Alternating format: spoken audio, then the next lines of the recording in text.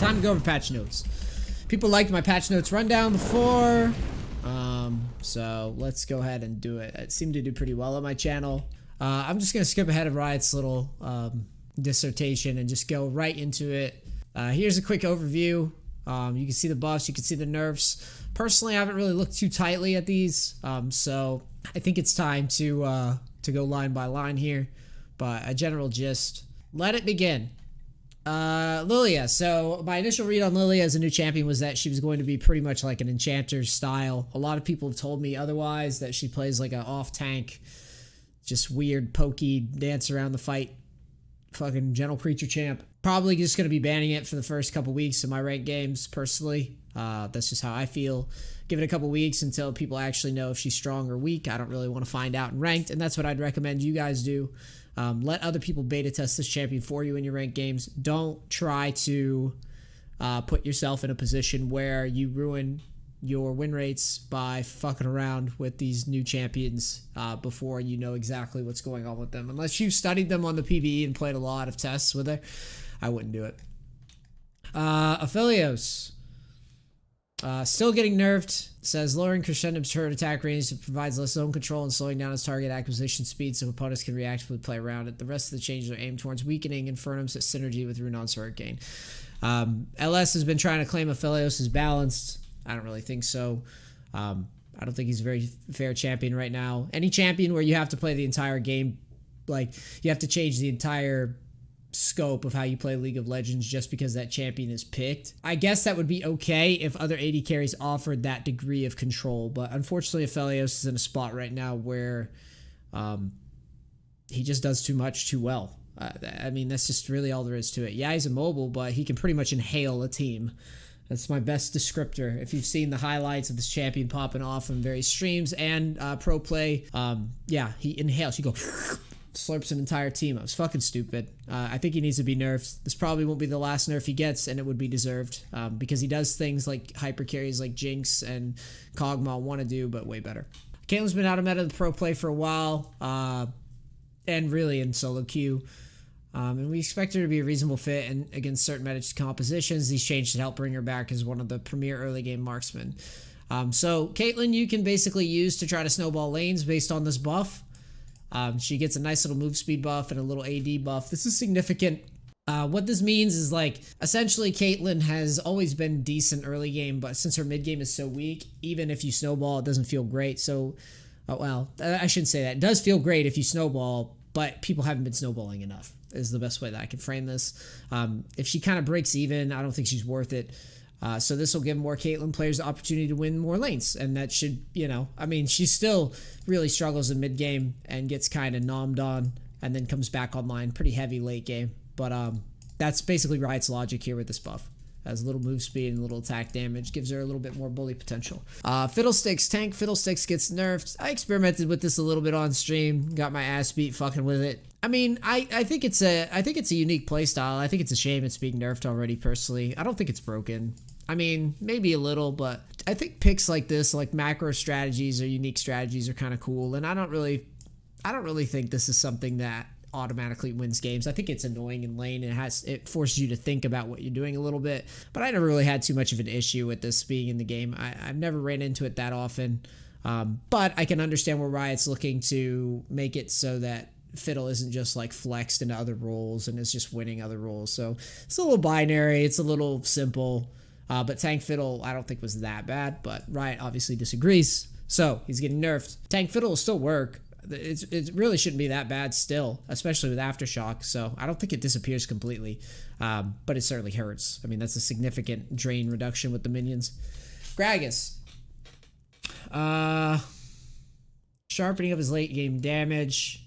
I don't really know how big of a deal this is. Gragas isn't really being played very often, except only as like a niche pick. Other junglers pretty much outclass him across the board, and he's a skill shot reliant champion and kind of flash reliant too as well. I don't really see this doing much for him. It'll be a nice little buff for the middle tier, amateur tier player, but yeah, this is not. I don't know. This is not anything to freak out about, or you know, I don't think it brings him into the top spots in the meta at all. personally. But I do think those people that have been doing the top lane Gragas with the phase rush might appreciate this. Aurelia. Let's see. It's been falling off in extended games at all levels of play, especially at average MMR, cautiously strengthening or scaling and dueling. This is ridiculous. This champion's fine. People are just bad. And this champion's one of the best champions in the game for 1v9 in games right now. She's kind of like old Riven. She's getting to a point where, like, if you're good at this champion, you've got a lot of tools to just squash games.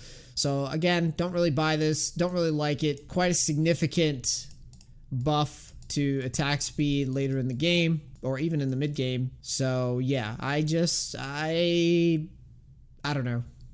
These like hyper mobile champs that already can have pretty good results when someone's mastered them, I don't really agree with buffing these types of champions. Wouldn't be surprised to draw a couple bans from me from time to time when Liliana, or however the fuck you say her name, I already forgot her name, Lilia. When she's getting banned by my teammates, it might draw a couple Aurelia bans from me from time to time, just because there's a lot of people that play her and that play her well, and she's good. She's very good. She snowballs the fuck out of games, so I'm not really looking forward to that. Lee Sin, W cooldown increased. Yeah, he's still strong. He's still good. I think the nerf is deserved. He has a really nice synergy with Conqueror that's undeniable. He's super safe, and he scales a lot better than people are giving him credit for. So I don't really mind this nerf. I think it's fine. Generally, I've viewed Lee Sin as kind of weak, but not lately. I hate having him in games on my team, but like ultimately I can't really deny that he's stronger. Probably he feels stronger than he's been in years, just based on the Conqueror. He just feels really stable and solid, and I'm not doubting that he deserves a nerf here personally. Ornn, base armor decrease. This is just more tuning and passes at trying to make Ornn's solo lane top a little bit more bearable for other champions. Ornn and Maokai both kind of, I'm actually surprised to see Maokai not get touched again, but both Ornn and Maokai pretty much stalemate top lane. You can't really play back, or you can't really do anything to them if they play correctly and they just give up the farm that they're supposed to. There's really no way to dive him. There's really no way to kill him. There's really no way to do anything to him. He just kind of sits up there and then scales, and it doesn't feel like you're given that many windows to do anything to him if played right now. I don't pretend to be an Ornn stud or can lane into most matchups, but I have faced good ones, and that's how it feels. Just feels like, where's your window? Like, where do we fight him? So I understand these nerfs. This in conjunction with the previous nerf where Ornn isn't getting quite as much, he isn't getting quite as many opportunities to get free stats in the lane. I forget the exact specifics. I believe it was something to do with building out early items or whatever it was, but should bring him to a level where he can actually get snowballed on, even if you're decent on him. It gives you more opportunities to actually like lose if you're an Ornn player, you know what I mean? Because he does scale into absolute CC monster, and he does a lot. Rakan, passive decreased later, now skills per level. Rakan buffs, I think I'm fine with it. A lot of the champions that are really strong right now seem to be Lulu's, Karma's, Soraka's, all the champions that pretty much slow the game down. Rakan getting some love makes sense to me from the perspective of a player that I feel like I almost have to ban Lulu right now a lot, and I feel like a lot of champions are showing up that are just stalling the game or stalling fights, and I think it's fair. I think it's fair to give Rakan some love. The Shen buff, I don't know about that. We're bringing some power to Shen's shield to let him scrap with meta peers more effectively. Holy shit! While giving him more breathing room in lane. Yeah, no, this is bullshit. I disagree with this one. Shen's in a fine spot right now. He's a champion that's super safe with a global. He's really hard to trade into early levels. So buffing something, I mean, giving him a buff at all to me is absolutely preposterous. I don't really buy into this. I think he's a champion that's very, very easy to play, very binary, very stable. This is the type of champion where it's like the opposite of Aurelia to me, where it's like Aurelia can 1v9 games, Shen can't, and like Aurelia's getting buffed. Well, Shen's getting buffed to me, even though he's a very easy pick, whereas like Aurelia has to do a lot of fancy outplays, a lot of fancy wiggling and fights. Shen's, like I said, very binary. To make this champion strong when he's already strong in lane, This is not what I just think this puts Shen in a really, really good spot, both in solo queue and potentially in pro play. Sometimes he's going to show up. Yeah, I think he already has a pretty good early game, so this is ridiculous. It just seems like a kind of similar to the old Garen, where it's just a very simple champion who's impossible to beat. Skarner, if played right. Skarner, Q damage ratio and bonus damage ratio. Now skills target, maximum health, buff duration increase, cost increase, and now flat. We're increasing Scorpion's damage more quick, slash through the front line targets when itemized against Bruiser.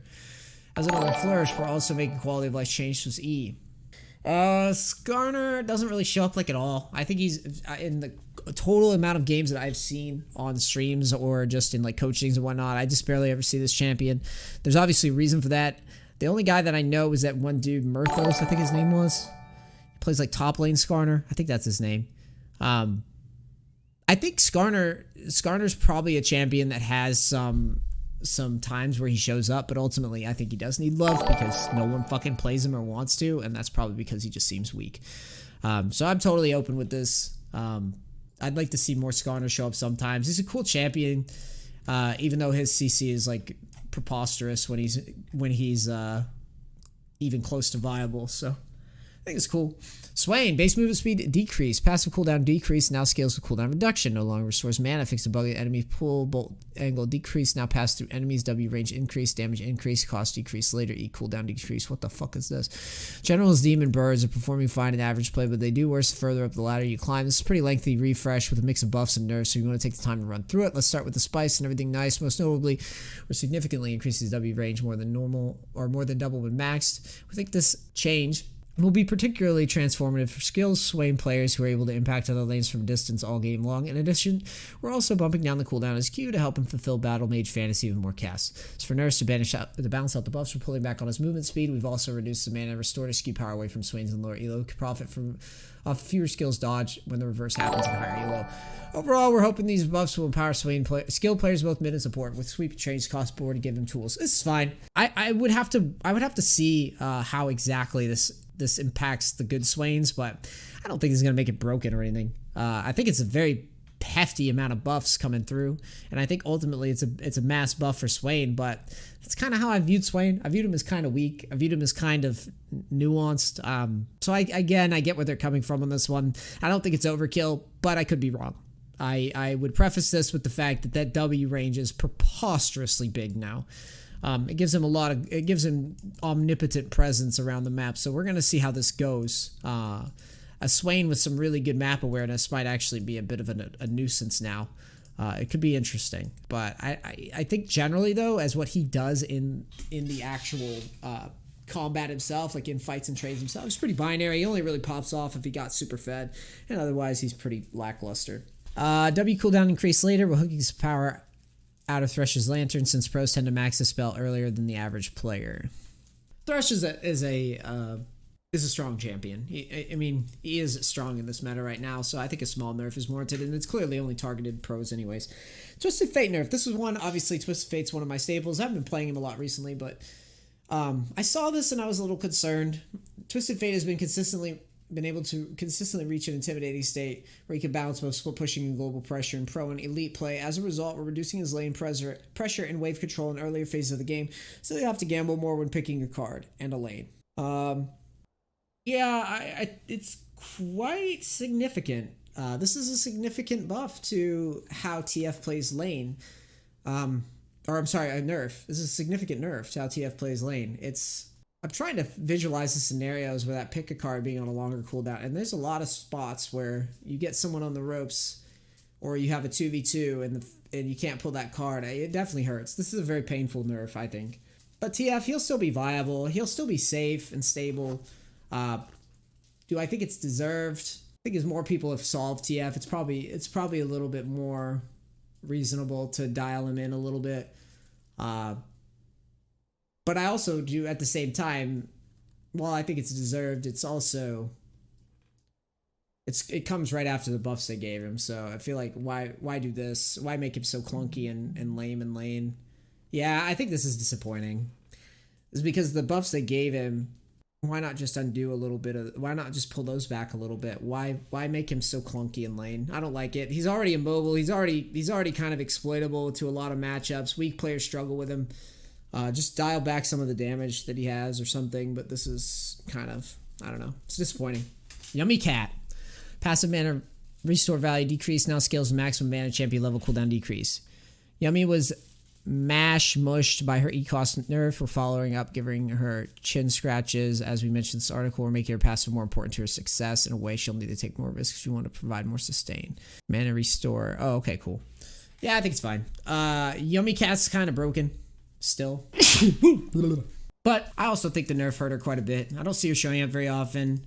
I don't know if I want her to be just completely gutted. There's other champions that I hate more than Yuumi Cat. I think she makes the games unique.